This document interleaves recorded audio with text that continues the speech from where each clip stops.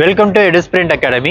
Group 4 June 9 அதாவது coming Sunday வந்து நடக்க போகுது. எல்லாருமே ப்ரிப்பேர் ஆயிருப்பீங்கன்னு நினைக்கிறேன். ஸோ லாஸ்ட் மினிட்ஸ்ல நம்ம என்னெல்லாம் பண்ணணும், என்னெல்லாம் பண்ணக்கூடாது அப்படின்றதுக்கான ஒரு வீடியோ தான், ஓகேவா? ஸோ லாஸ்ட் மினிட்ஸ் டிப்ஸாக பார்த்தீங்க அப்படின்னா, நீங்கள் இது வரைக்கும் ஏதாவது படிச்சுட்டு இருக்கீங்க அப்படின்னா ஸ்டாப் பண்ணுங்க, ஓகேவா? ஸோ லாஸ்ட்ல நீங்கள் எதையுமே ஸ்ட்ரெஸ் எடுத்துக்க கூடாது, மைண்டை ஃப்ரீயாக விடுங்க, ஓகேவா? ஸோ ஏன்னா இத்தனை நாள் நம்ம படிக்காத ஒன்று இன்னைக்கு ஒரு நாளில் படிச்சிட போகிறதில்ல. ஸோ சிம்பிளான டாபிக்ஸ், இல்லாட்டி உங்களுக்கு ஏதாவது படிக்க பிடிக்கும்னா நீங்கள் படிங்க. ஆனால் இது படிக்கணுமேன்றதுக்காக நம்ம ஸ்ட்ரெஸ் எடுத்து நம்மளுக்கு படிக்கக்கூடாது, ஓகேவா? சரி, ஓகே. ஸோ எக்ஸாமுக்கு நம்ம என்னென்ன பண்ணணும், ஓகேவா? ஜூன் 9ஆம் தேதி 9:30 மணிக்கு உங்களுக்கு எக்ஸாம் ஸ்டார்ட் ஆயிடும். 9:30 மணிலேருந்து 12:30 வரைக்குமே உங்களுக்கு எக்ஸாம் இருக்கும். 12:45 வரைக்கும் உங்களுக்கான கிரேஸ் டைம் அப்படின்றது இருக்க போகுது, ஓகேவா? ஸோ அப்போ உங்களுக்கான எக்ஸாம் சென்டர்ஸ் ஹால் டிக்கெட் உங்களுக்கு ஆல்ரெடி விட்டுருப்பாங்க.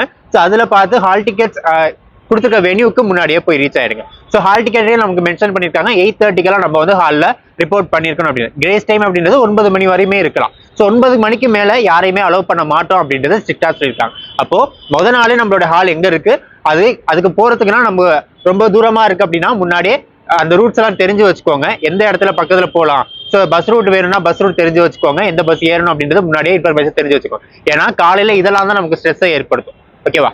ஸோ ஹாலுக்கு போகிறதுக்கு முன்னாடி உங்கள் கையில் ஹால் டிக்கெட் இருக்கா, ஐடி ப்ரூஃப் இருக்கா, ஐடி ப்ரூஃப்கான ஜெராக்ஸ் இருக்கா, 2 passport size photo if necessary, ஓகேவா? பாஸ்போர்ட் சைஸ் ஃபோட்டோ வந்து ஒரு சேஃப்டிக்காக வச்சுக்கோங்க, ஓகேவா? ஸோ இது இல்லாமல் பிளாக் பால் பாயிண்ட் பென், சரி ரொம்ப ரொம்ப முக்கியம். ப்ளூ பால் பாயிண்ட் பென் யாருமே வாங்கிடாதீங்க, பிளாக் மட்டும் தான் நம்ம யூஸ் பண்ண போகிறோம், ஓகேவா? ஸோ அப்போ முத நாளே பால் பாயிண்ட் பெண்ணை வாங்கி வச்சுட்டு அதை ஒரு வாட்டி நீங்கள் ஒரு டெஸ்ட்டாகவே எழுதி பார்த்துருங்க, ஒரு டெஸ்ட்டாகவே ஷேட் பண்ணி பார்த்துருங்க. ஏன்னா திடீர்னு அந்த பென் வந்து எழுதாம போறதுக்கான சான்சஸ் இருக்கு. 1க்கு 2 பெண்ணாவே வாங்கி வச்சுக்கோங்க, 2 பெண்ணையும் வாங்கி டெஸ்ட் பண்ணி வச்சுக்கோங்க, ஓகேவா? ஸோ லாஸ்ட் மினிட்ஸ்ல நம்ம எந்த ஸ்ட்ரெஸ்மே எடுக்கக்கூடாது அப்படின்னா ப்ரீ ப்ரிகாஷனா நம்ம இருந்தாகும், ஓகேவா?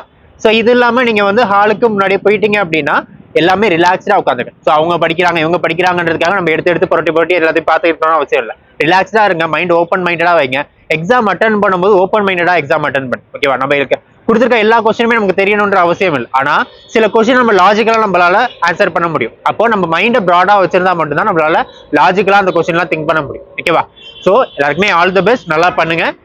OMR எப்படி பண்ணணும், என்னென்ன ஷேட் பண்ணணும் அப்படின்ற வீடியோ உங்களுக்கு அடுத்து வரும். ஸோ அதையுமே பார்த்து OMR கேர்ஃபுல்லா ஷேட் பண்ணுங்க. ஸோ நமக்கு நெகட்டிவ் மார்க்ஸ் அப்படின்றது நம்ம OMR ஷேட் பண்றதை வச்சு தான் இருக்கு. ஸோ நெகட்டிவ் மார்க்ஸ் நம்ம போயிடக்கூடாது அப்படின்னா OMR நம்ம ரொம்ப ரொம்ப கேர்ஃபுல்லா இருக்கணும், ஓகேவா?